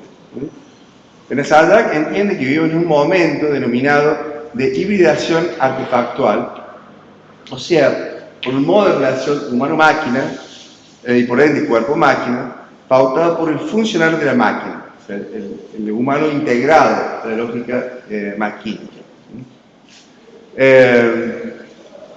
Y en ese sentido podemos destacar que los dispositivos electrónicos están a tal punto incorporados, o sea, incorporados, de hecho cuerpo, que en la actualidad uno de los primeros problemas de salud colectiva en escala global es la nomofobia, ¿no? El miedo a la ansiedad generada por la posibilidad de quedarse sin el celular o sin conexión a internet. Eso había una nueva pandemia digital, ¿no? Que afecta principalmente a adolescentes, pero también a ancianos, ¿no? Son los grupos en los que más se encuentran presentes ese problema, ¿no? Bueno, ahora sí, para cerrar, el cuerpo es llamado a estar constantemente conectado y a ser vigilado de forma permanente, de diversas maneras, que de modo esquemático presentamos a seguir con tres ejes. El primero, tenemos los dispositivos digitales orientados a controlar las funciones vitales y estimular el disciplinamiento digital de la vida a partir de criterios biomédicos. Este es el caso, en este caso, el gadget más común, pero no el único, son los smartwatches, que miden la frecuencia cardíaca, el nivel de oxígeno en sangre, la calidad del sueño, el nivel de actividad física, como los parámetros más significativos, a pesar de que no son los únicos. Con base en esos datos se produce lo que llamamos en otro momento del control electrónico de la vida, ¿no? O sea, el control de la vida para mantener a los individuos y los cuerpos dentro de parámetros considerados saludables, ¿no? Como decía el compañero, para fines productivos a partir de criterios de organizaciones internacionales. De esta manera, los dispositivos electrónicos operan como vigilantes y moralizadores de cuerpos, no más a partir de una comunicación lingüística, eso es muy importante en el caso, sino de un conjunto de signos situados en la lógica de una semiótica asignificante, como la entiende el Alzarat, como bips, iconos, vibraciones, luces, alarmas, a los cuales se espera el condicionamiento del sujeto y del cuerpo. Cuando vivo tenés que pararte y caminar, o tenés que estar atento que algo, alguna respuesta comportamental se espera a este signo no lingüístico. El segundo eje, entonces, las aplicaciones orientadas a la producción imagética de sí mismo, que incitan a la exhibición y juicio constante de los cuerpos. Se estima que en la actualidad más del 60% de la población mundial hace uso de las redes sociales. Estas hacen hincapié en la exhibición permanente de la vida privada, diluyendo las fronteras entre la vida privada y la vida pública. En este contexto, los y las usuarios son compelidos a mostrarse diariamente y a sujetarse, en el doble sentido de estar sujeto a el juicio de lo que Jean Zhu llama de ese gran otro, ¿no? El gran otro, como dice, panóptico digital, ¿no? Y subjetivarse en ese proceso. Mostrarse aquí significa mostrar el cuerpo a partir de publicación de fotografías de sí mismo. Exhibir el cuerpo, eso sí, siempre sonriendo, en la política de la happycracia, como lo llaman Cabañas y Luz, se ha vuelto un imperativo en los tiempos de la vida y de la vigilancia digital. El panóptico no está más en el espacio confinado de las instituciones de clausura, analizadas por Foucault, como en los turnos cavados por el topo, sino en la lógica modular de la serpiente, como le señala Piñola, valiéndose del concepto de sociedad de control elaborado por Deleuze. En ese sentido, mencionar las palabras de Foucault al hablar sobre los cambios societarios, en el pasaje de la sociedad disciplinaria y la sociedad del control son muy actuales para el problema que aquí tratamos en este. Abro citación, dice Foucault en una entrevista sobre justamente vigilar y castigar, por medio de una explotación económica y quizás ideológica de la erotización, desde los productos de bronceado hasta las películas porno, en respuesta también a la sublevación del cuerpo, encontraréis una nueva inversión que no se presenta ya bajo la forma de control-represión, sino la de control-estimulación. Y él dice, ponte desnudo, pero sé delgado, hermoso, bronceado. Fin de citación. Una tercera dimensión es la de la vigilancia de la movilidad del cuerpo. Las aplicaciones de geolocalización indican permanentemente el paradero de los cuerpos, los tiempos que permanecen en el lugar, los lugares visitados y revisitados, en fin, los cuerpos no precisan más de un cuadriculamiento propio de la institución de clausura, de la sociedad disciplinaria, para ser identificados y situados en sus debidos lugares, sino que, paradójicamente, en sus desplazamientos que son mejor controlados. Sin embargo, hay un doble juego, porque al mismo tiempo que los cuerpos son localizados en sus desplazamientos, también son identificados por las miríadas de camas urbanas de vigilancia que permiten el reconocimiento facial y posibilitan la identificación de los sujetos, así como también los diversos dispositivos electrónicos de reconocimiento de iris, lectura digital, o el acceso a edificios, bancos, empresas. Esta es otra de las caras del panoptismo digital al cual se refiere en psicopolítica, presente de forma masiva en las grandes urbes globales. Para cerrar, está pasando el tiempo, consideramos el tiempo presente nos abre por un nuevo escenario que precisa de nuevas herramientas teóricas para ser problematizado, lo que no significa tirar por la borda los desarrollos teóricos que tenemos hasta el momento, sino tensionarnos con el diagnóstico que se hace del mundo que habitamos, para recrearlos y forjar otros que sean potentes para pensar nuestra época.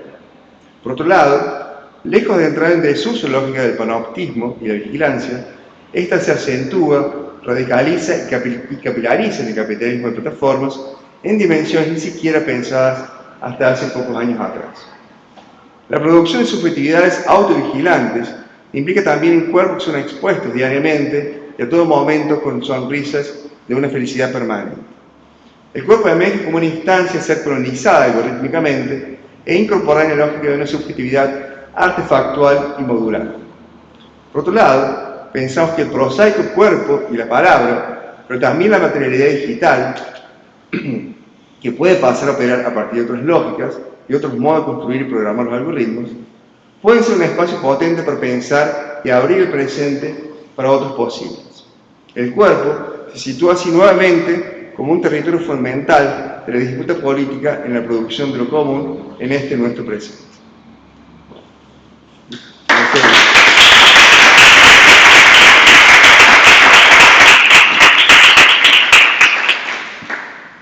Gracias, Santiago y Karina.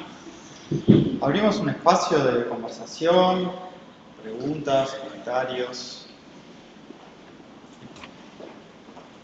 En la mesa.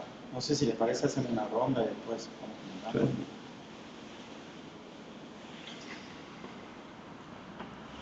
Yo puedo contar algo real.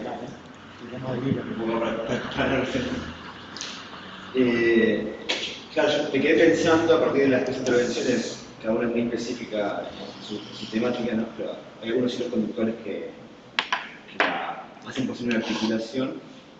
Me quedé pensando en la virtualización de los cuerpos, ¿no? Como hay algo está ahí, ¿no? Hay algo de la extensión del cuerpo, ¿no? No solamente del cuerpo anatómico, el cuerpo de biología, es un cuerpo tecnobiológico, ¿no? Donde la imagen no solamente es una imagen del cuerpo, sino que es algo vital, ¿no?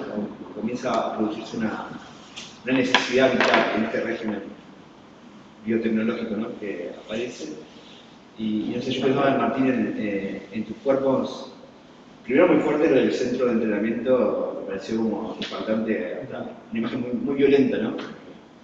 Me llevó a militar, me llevó a otro tipo de centro, ¿no? Pero esta cuestión de pensar de esa forma.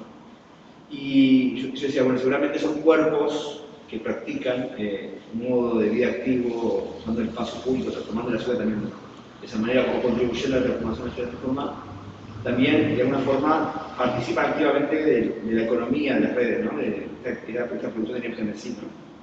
Capaz que ver si eso forma parte de la acción que vamos a seguir haciendo o de entrar en esto, lo tengo como para pensar.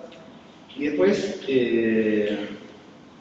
han traído el tema de la nueva función de la vigilancia, ¿no? Porque no solamente la vigilancia para corregir la conducta, sino que hay un componente estimulante, ¿no? Como que si la vigilancia forma parte también de las nuevas formas de subjetivación, ¿no? Bueno, Javier traía hoy el tema de que estamos viendo en vivo y en directo un genocidio, ¿no? Y entonces, esto es obra y gracia también de la capacidad que tienen las redes, de la capacidad diseminada de los medios de comunicación, ¿no? Esto de que cada cual puede transmitir, y hace que un genocidio, como lo está ocurriendo actualmente, se está perpetuando, sea transmitido en vivo directo, y aún así también tiene esa capacidad también de transmisión de afectos, ¿no? Hay cuerpos que de la distancia sienten de otra forma, ¿no? Y también como esa paradoja de cómo esa vigilancia también tiene ese efecto de revés. Podemos estar vigilando las acciones de un Estado con la capacidad militar y de ocupación que tiene el israelí, ¿no? También, a su vez, esa misma vigilancia que a su vez nos está produciendo de un modo particular y a su vez está limitando nuestras prácticas no de devenir, como decías, ¿no? La situación de deberes no está produciendo las posibilidades de devenir, pero sí de posibles, que no posibles muy ordenados. A su vez, ella potencia también ejercer una manera de hacer política novedosa. No digo que sea exitosa, pero por lo menos novedosa, de que estamos viendo, que estamos poniéndole a esa maquinaria militar estatal, que no solamente es nacional, sino que es transnacional, estamos poniendo miradas también, ¿no? Como permite ver eso. Estaría también como para tirar a la mesa y poder reflexionar. Sí, me parece que es muy sugerente. A ver, en esta cuestión que va apareciendo o que se va esbozando a partir del conjunto de intervenciones, lo que se va esbozando, me parece que hay una palabra clave que es importante tenerla presente, que es la idea como de necropolítica, ¿no? En términos de una política de la muerte, que se combina con algo que ya se vio hace 50 años, ¿no? Estoy pensando en Guy Debord, ¿no? Y lo que es la sociedad del espectáculo, ¿no? En el caso ahora, ustedes recordarán, cuando desde Irán empiezan a tirarse de nuevo algunos misiles, ¿no? En Damasco, no sé si vieron esos videos, que había gente que estaba en Damasco con una barbacoa tomando champán, y entonces pasaban los misiles, ¿no? Sobre las cabezas, y era como una cuestión del espectáculo, ¿no? Yo creo que ahí, en esta dimensión como paradójica, ¿no? de la sociedad del espectáculo, ¿no? En esta cuestión de cómo somos datos, ¿no? y sociedades dataificadas, creo que hay una pregunta, es que en esta revisitar de alguna manera la abadía en la Edad Media, ¿no? Es decir, esta cuestión de la dataificación y, ¿no? Un poco lo que hacía referencia en tu presentación, se ejecuta, no es un paradigma y una práctica que se ejecuta como una dimensión política fuerte, pero por lo que podríamos decir así con una etiqueta, a las poblaciones integradas, ¿no? Hay un conjunto de colectivos, de comunidades, de sociedades que son desechables, que no entran dentro del orden, ¿no? Colectivos de infancias, ¿no? que están con problemas de alimentación, colectivos de salud mental, ¿no? Que tienen padecimiento de salud mental. Es decir, el algoritmo, digamos, se especializa y se focaliza sobre todo en los organismos vivos útiles, ¿no? Pero hay una producción de la sociedad de vidas desechables, ¿no? Estoy pensando en todo lo que tiene que ver con vidas que están en las caravanas migrantes, ¿no? Vidas que están en los campos de refugiados, ¿no? En esto que yo llevaba en Benalla, ¿no? de vidas que están como en el estado de excepción, ¿no? Las vidas que están en la excepcionalidad parecería que digamos, no tienen el mismo valor que las vidas integradas, que nosotros podemos prever ciertos comportamientos. Me parece que ahí hay una cuestión bien interesante porque digamos, el modo de producción capitalista ya lo vio Marx, ¿no? En esta cuestión del ejército de reserva como energía, parecería que se especializa en alguna población, ¿no? En una población que tiene esta cuestión de por un lado, ser vigilada, ¿no? Estar sometida a la producción del algoritmo, pero también esa propia vigilancia, esa propia producción del cuerpo nos genera placer. Sostenemos vínculos eróticos, de trabajo, de salud, ¿no? A través de, digamos, de la Matrix, por tener una referencia cinematográfica, ¿no? Yo creo que es como paradójico y eso, me parece que en el ámbito, digamos, de la psicopolítica, claramente hay una necropolítica, ¿no? En esta cuestión de dejar morir, ¿no? Y por otro lado de vidas que se capitalizan. Yo creo que Black Mirror da mucha cuenta de algunas dimensiones que nosotros estamos contando, ¿no? En una narrativa, en esta cosa de los likes, ¿no? Es decir, nosotros nos hacemos fotos, ¿no? Y hay más un pensamiento más de psicología social. La foto en sí no nos dice nada, ¿no? Estamos comiendo una pizza en la Tortuguita, la foto no dice nada, ¿no? Lo que la foto dice en el contexto de los likes. Una foto que no tiene like es una foto vacía, nos genera angustia, ¿no? Nos problematiza, nos cuestiona. Entonces, me parece que esta cuestión como de la vigilancia no es, digamos, una cuestión jerarquizada, sino que de alguna manera hay una dimensión en donde todas y todos nos vigilamos permanentemente. Por acá después. Bueno, yo después de que trajiste el tema del genocidio, como que me perdí cómo le hiciste la antesala, cómo llegaste a eso. Porque sí, sinceramente, cualquier reflexión que podamos hacer se queda corto para explicar lo que está sucediendo. Digo, no podría analizar con los elementos que presentamos o con los asuntos que venimos pensando lo que está sucediendo. Sí, acuerdo que tiene mucho que ver con el devenir de las sociedades del espectáculo, sin duda. De esto hablamos últimamente, hacemos mucho la analogía de los kioscos. Uno tiene varios kioscos, varios empleos, varios análisis o varias formas de analizar. Yo, además de este proyecto, también estoy intentando investigar el turismo, y hay turismo de guerra. O sea, en la frontera hay gente que va a ir a sacar fotos a cómo está dándose la guerra. Digo, hay guías turísticos de guerra. Entonces, es como llegar a ese da para analizar un montón de cosas. No sé si con los elementos que estamos yendo a observar los centros educativos, nada. Yo lo traía en antesala, era más el tema de cómo de alguna forma esa vigilancia que se produce y los efectos que tiene en la vida cotidiana en las ciudades, y los ejemplos que uno traían ustedes, ¿no? Por ejemplo, llega Javier, de que iban caminando una vida, se una foto y de repente aparece algo y eso modifica el espacio, ¿no?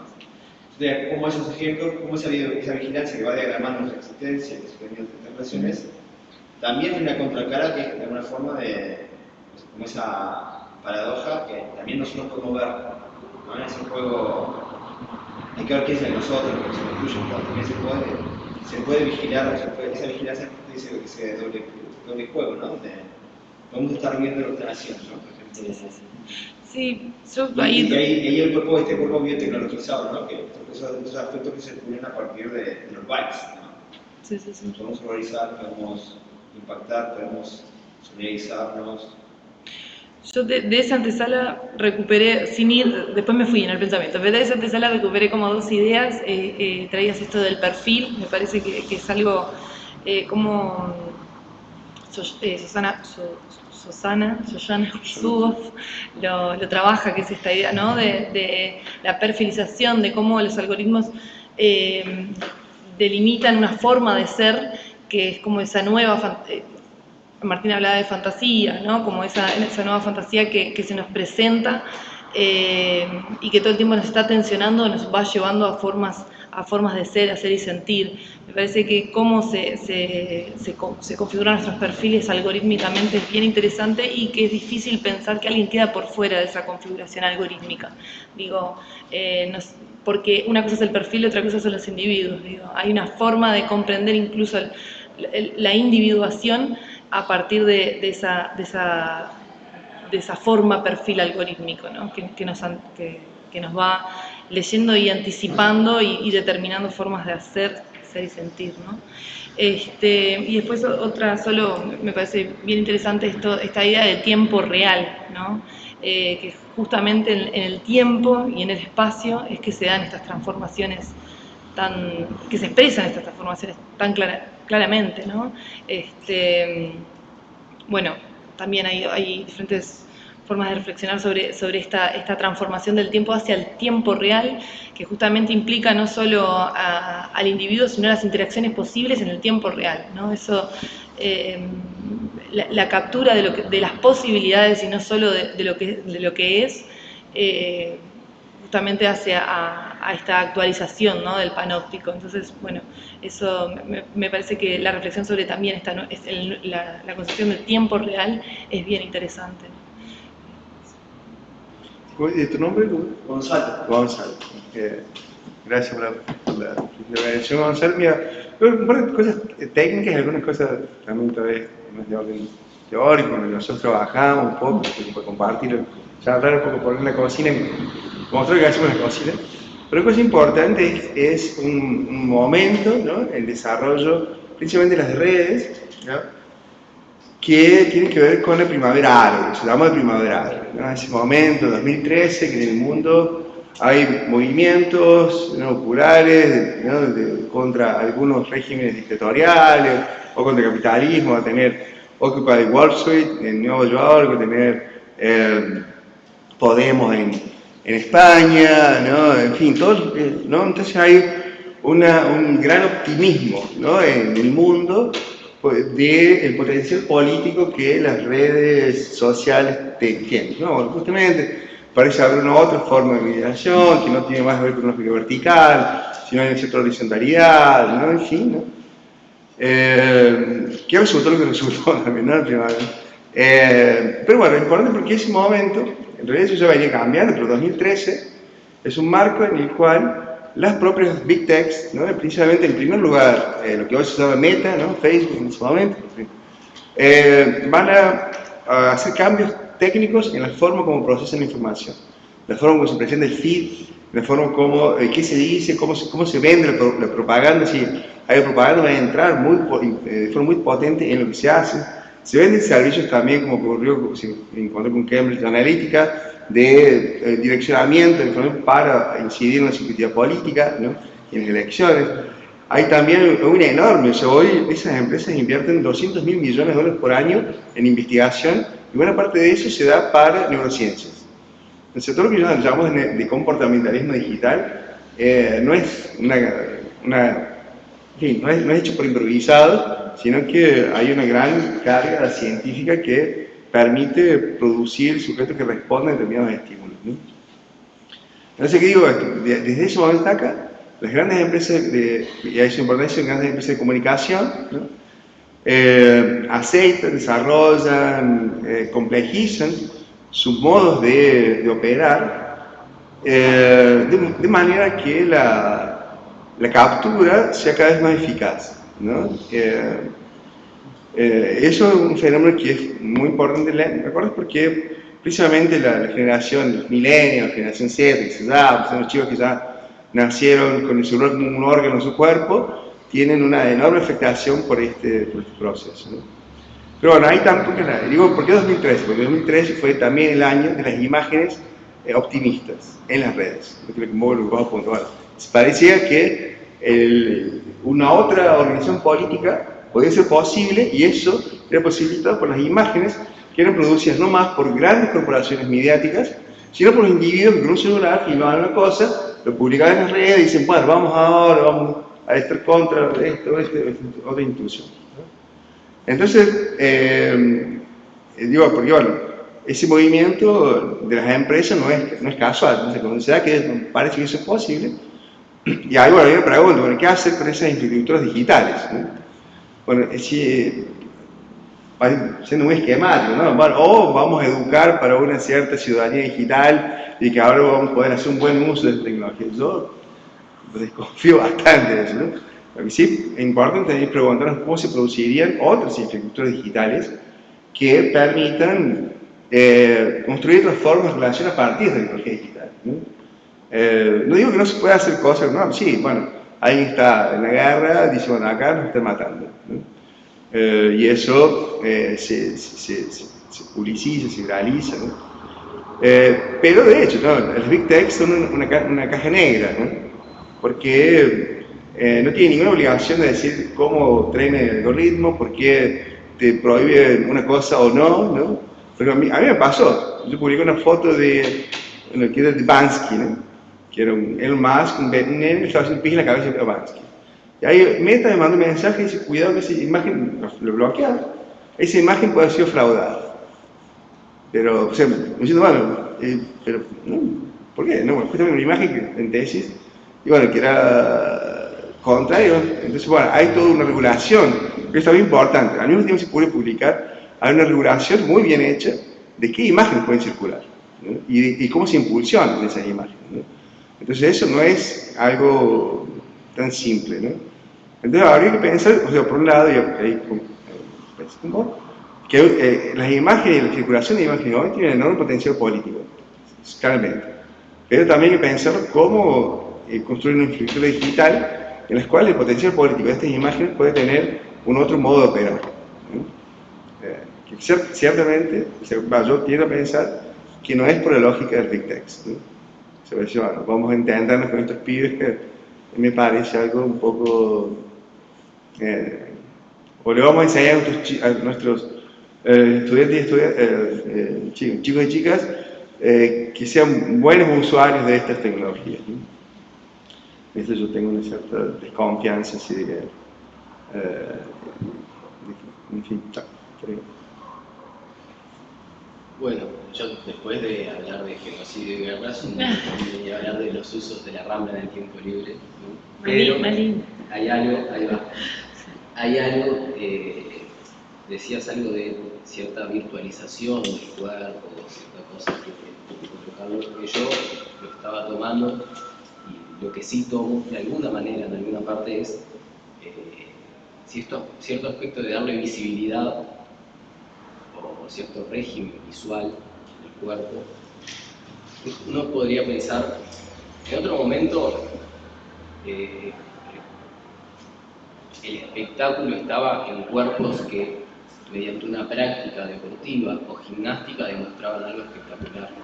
Pero el entrenamiento, el ejercicio, la actividad física, la preparación para eso nosotros no la veíamos. O por lo menos no era lo corriente. Eso sucede en un espacio más íntimo, puertas adentro. Esta propuesta, un poco lo que estaba identificando, es todo lo contrario.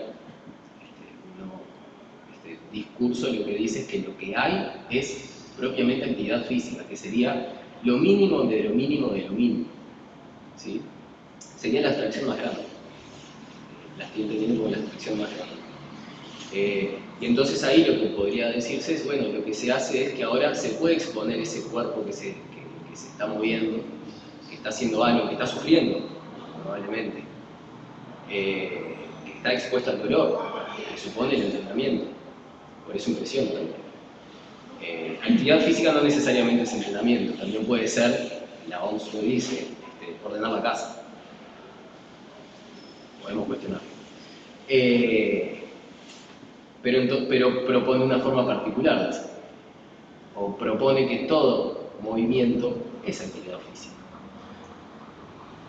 Eso es como lo que puedo decir de eso. No me meto sí en algún momento tuve la intención, pero pues no se podía abarcar todo esto de, bueno, todo es registrado también, ¿no? Y uno de los registros es el visual, acabo de entrenar. Sí, que capaz que viene de la mano de transformar en dato todo movimiento del cuerpo. Yo en este trabajo he encontrado cierta referencia a hablar de la política en términos de gestión. Y entonces ahí, si yo puedo transformar en dato todo el movimiento del cuerpo, puedo gestionar mucho más fácilmente, porque resulta incómodo, difícil, poco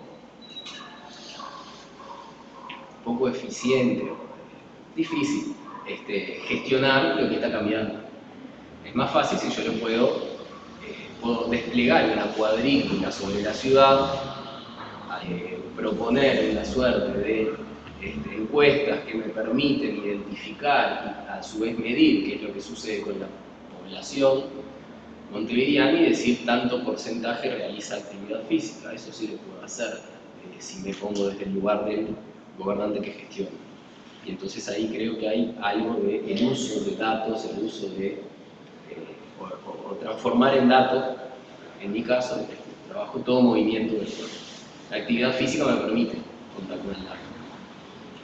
Porque si yo pregunto, ¿haces actividad física? Sí, hago deporte.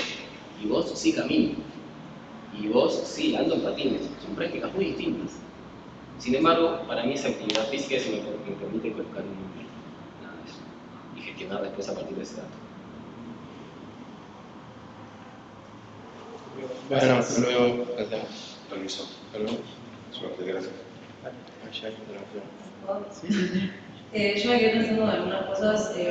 Vos hablaste en un momento, parece que mencionaste por arriba como esto de la cancelación. No te escuchamos. No te escucho más por nada. encima de la cancelación. Cancelación.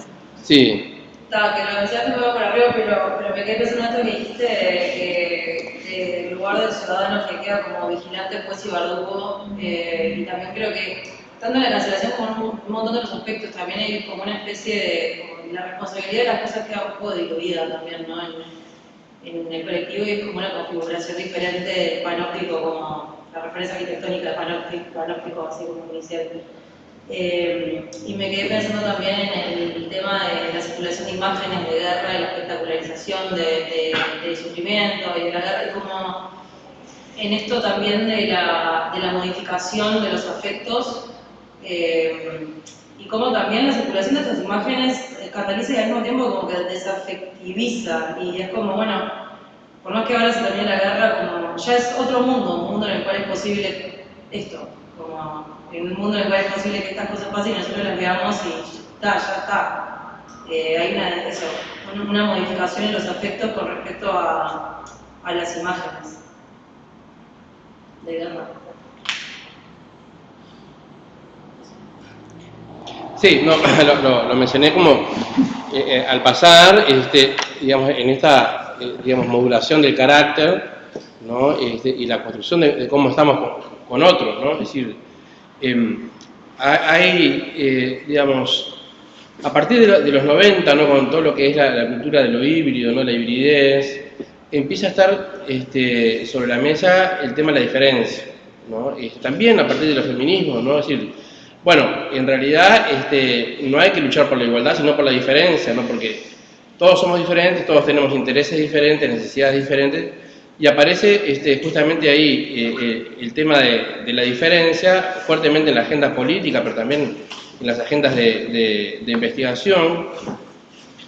Pero conjuntamente con esa cuestión de la diferencia que amplía, digamos, una mirada hacia la convivencia, ¿no? Que seguramente abre aspectos vinculados a la neurodiversidad, a capacidades diferentes, ¿no? A culturas diferentes, tradiciones diferentes, vinculado a lo lingüístico también, ¿no? A las formas de alimentarse. Ahí aparece también toda la cuestión de soberanía alimentaria, por ejemplo. Pero en ese proceso de ensanchamiento, por decirlo de alguna manera, también, y de forma paradójica, se da esta cuestión de, bueno, yo me vinculo con la mismidad, ¿no? Con la similitud. Entonces, aquel colectivo, ¿no? Que aparece como muy diferente, no lo conozco o lo reconozco, o digamos, no me interesa vincularlo. En esa cultura general, que también aparecen asociados, por ejemplo, a la cancelación, las políticas del escrache, ¿no? Pensando en el Cono Sur, lo que significó las abuelas de Plaza de Mayo, ¿no? Abuelas y familiares de Plaza de Mayo que utilizan el scratch, ¿no? ¿Te acordás que van a algunas barrios y proceden a hacer el scratch? Y empieza, digamos, a cultivarse esa cultura de la cancelación. Claro, en ese momento el scratch fue acompañado, ¿no? Luego de una denuncia firme. Es decir, no voy solo hago el scratch, sino que luego voy, me presento en el orden, ¿no? en la justicia y salgo, digamos, de lo que el scratch te da el anonimato, ¿no? Y salgo del anonimato, yo lo scratché por esto y esto, y se procede al juicio.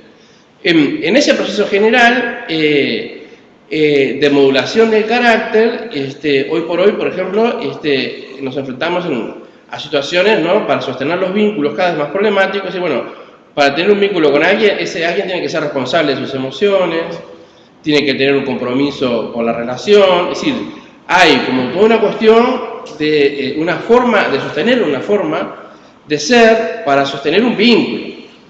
Y eso, digamos, en esta cuestión que parte, digamos, de la cancelación, nos lleva a una cuestión, diría gráficamente, o sea, y con mucha ironía, como pentecostal, es decir, son almas como muy puras, ¿no? Porque en realidad somos seres de contradicción, somos seres de deseo, somos seres de falta, ¿no? También tenemos ¿no? esos impulsos, y lo que ha sucedido en la cultura de la cancelación, y hay muchos ejemplos al respecto, es que cuando nosotros subimos en estas cuestiones de videovigilancia una captura a Instagram o cualquier otra red, ¿no? Diciendo, bueno, pasó algo, y esta persona, este colectivo, debe ser juzgado, ya está cancelado, no se da el proceso. En la modernidad vos tenías el proceso, digamos, de una acusación, una defensa y un veredicto, ¿no? O sea, un juicio.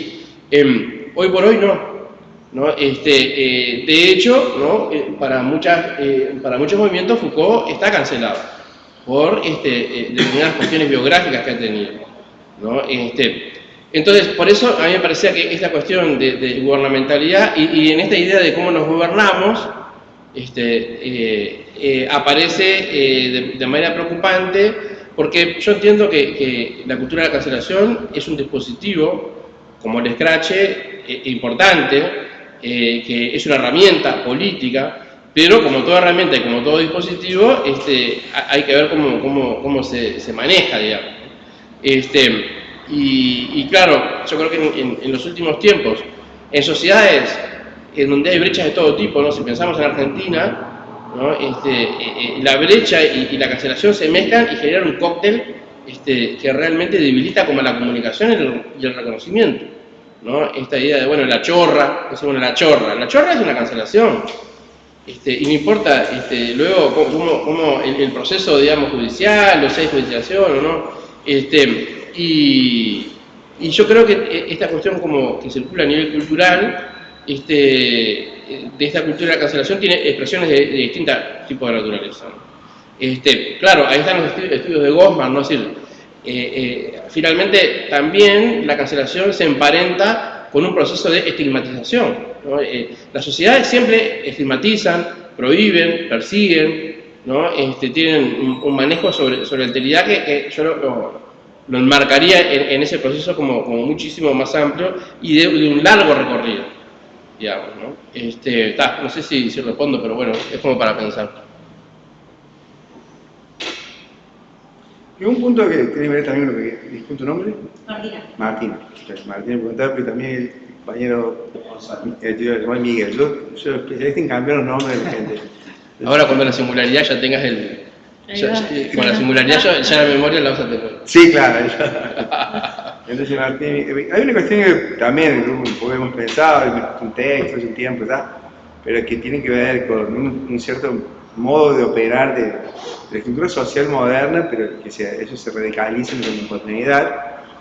Y que, bueno, parte de esa pregunta, ¿no? Bueno, ¿por qué es que hay tanto deseo de consumir la muerte? Porque la muerte se volvió una mercadería, ¿no? Y una muy buena mercadería. ¿Viste, el odio y la muerte son dos grandes mercaderías hoy, ¿no? Viste que hay juegos que hay, hace poco que hay juegos que entran en como un ring y el objetivo es matar al otro. Hace poco un Un hijo mata a un padre en ese juego. ¿Así? Sí. No, entonces, la muerte es una excelente mercadería y el odio es una excelente mercadería, un excelente elemento de captura de la subjetividad, ¿no? O sea, Nietzsche en el siglo XIX decía, mira, el odio es un afecto más, un sentimiento más fuerte que la esperanza, ¿no? O sea, de hecho, cuando vos te enganchas con odiar a alguien, es muy difícil salir de ese lugar, ¿no? Porque de hecho el odio tiene una potencia enorme y el odio significa el deseo de eliminación de ese otro, ¿no? Porque justamente coloca en riesgo, ¿no? Bueno, de algún modo el capitalismo es una... De algún modo no, claramente. De algún modo el capitalismo es una forma de organización social que se pauta que está centrada en la violencia, ¿no? Porque, ¿no? Claro, ¿no? Es un modo de organización social que es pauta en la expropiación de lo que el otro hace, ¿no? Por tanto, es algo que es positivo y afirma la violencia, además, en la relación con el otro, de amo esclavo. O sea, ese otro que me explora, ¿no? Que expropia que yo produzco, le debo a él todo lo que yo tengo, ¿no? O poco o nada que yo tengo, ¿no? Entonces, son relaciones muy complejas y profundas que estructuran el modo como nos organizamos nosotros. Y ahí, como decía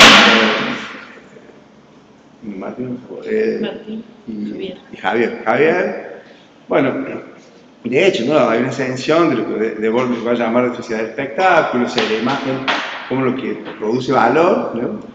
Y también, bueno, eso, haciendo un poco más rápido, hay un psicoanalista argentino, posiblemente ustedes lo conozcan, seguramente, bastante conocido por esta latitud, que es Jorge Alemán, ¿no? Y Jorge Alemán dice, bueno, mira, el capitalismo es una organización social centrada en la pulsión de muerte, ¿no? Entonces es como que antagónico pensar que el capitalismo va a producir pulsión de vida, ¿no? Porque justamente se pauta en la idea de que todos nosotros debemos literalmente matarnos para que el sistema viva. O sea, inclusive es muy común, es importante esos enunciados, como dice, bueno, el mercado precisa de nuestro sacrificio, ¿no? Entonces el mercado, esa gran, ¿no? Entidad metafísica, ¿no? Del capitalismo, precisa de nuestra vida, por tanto de nuestra muerte, para que él viva, ¿no? Entonces cualquier sacrificio, cualquier vida, ¿no? Las vidas sacrificadas son vidas sacrificadas al mercado.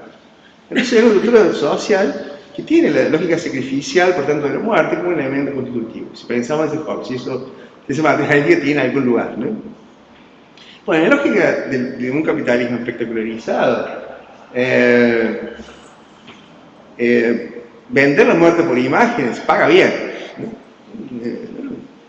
Y bueno, además de eso, porque todos nosotros, en mayor o menor medida, y hoy, ahora, entrando en ese punto y con eso termina, vivimos en un momento en el cual el trabajo, a partir de esa idea de una desregulación de la relación social y del trabajo particularmente, que el neoliberalismo propone, pero el trabajo plataformizado radicaliza, ¿no? Lo que se ha llamado trabajo uberizado, ¿no? Que no es solo Uber, pero un poco Uber es el elemento paradigmático. Bueno, nos lleva a los individuos a estar en un estado permanente de sufrimiento, ¿no? Inclusive un libro muy interesante de un grupo de estudios de psicoanálisis y sociedad en Brasil, de USP, recordé a Vladimir Zafate, ¿no? En fin, y Duncan, pero decía, bueno, ¿qué es el capitalismo? El capitalismo es una forma es una ingeniería social centrada en la gestión del sufrimiento humano, del sufrimiento psíquico, ¿no? Por tanto, ¿por qué digo esto? Porque si eso es verdad, significa que vivimos en un mundo en el cual el sufrir es positivado, ¿no? Entonces, el matarse diariamente, vamos a pensar aquí algo muy un poco a la gama, paradigmático, es un elemento retirado de serie, representa serie. No sé cómo es acá, pero en Brasil, es un texto que me he escrito hace poco, mueren 12.000 jóvenes por año en motos, ¿no? Que son, tienen edad, tienen clase, tienen color, ¿no? Y tienen género, ¿no? Entonces son pobres, chicos de 18 a 30 años, son negros y son hombres, que trabajan entregando comida en general, ¿no? Y esos chicos están expuestos todo el día a matarse. Y cuando uno los ve en la calle, un mal que conoce un poco la Brasil, Antes enloquecidamente, ¿no? O sea, había una cierta idea de, bueno, todos los días voy a flirtear con la muerte, ¿no? Como un modo de vivir, ¿no? Bueno, eso funciona mal, ¿no? Es decir, bueno, para poderme sentir vivo, tengo que colocarme todos los días en el lugar de alguien que está muriendo, ¿no? O que puede morir, ¿no? Y de hecho muchos se mueren, ¿no?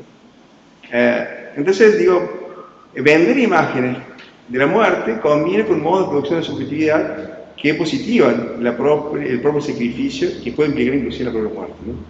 Entonces yo creo que también es un... realmente que sería bueno... digo esto para no tratar esto como una excepción. ¡Uy, qué horror! ¿no?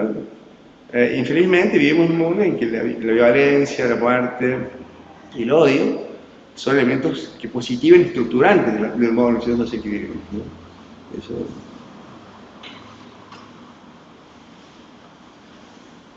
Bueno, no sé si quieren comentar algo más. ¿Alguna pregunta, comentario? Bueno, muchas gracias por la conversación, por las presentaciones. Vamos a seguir, tenemos un corte para tomar un café, compartir un rato y vamos a seguir a las 7 con la mesa de apertura con Ana Ribeiro, Gabriel Eira y Ricardo Vizcarra. Así que bueno, nos encontramos en un momento. Muchas gracias.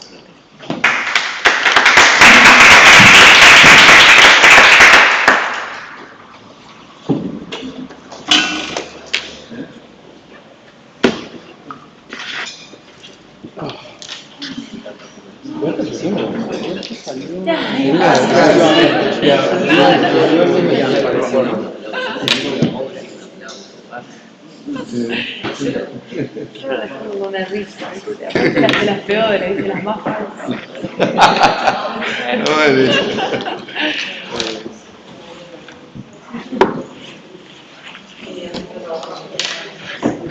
Un trabajo de campo en Tocha, de Toscanini, sobre la construcción de lo saludable a partir de las prácticas de alimentación. No sé qué te leí.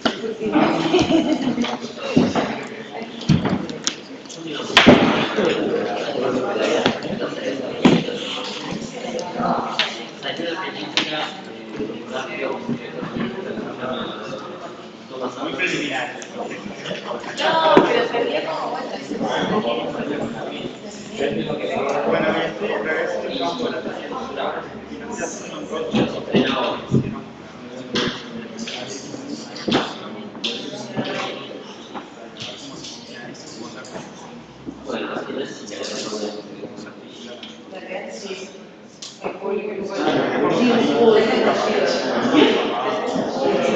Estoy más en contra de Maldonado que yo digo, para que quiero ver también un poco de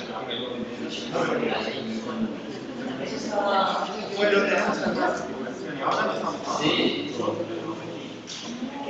Porque nada, estamos una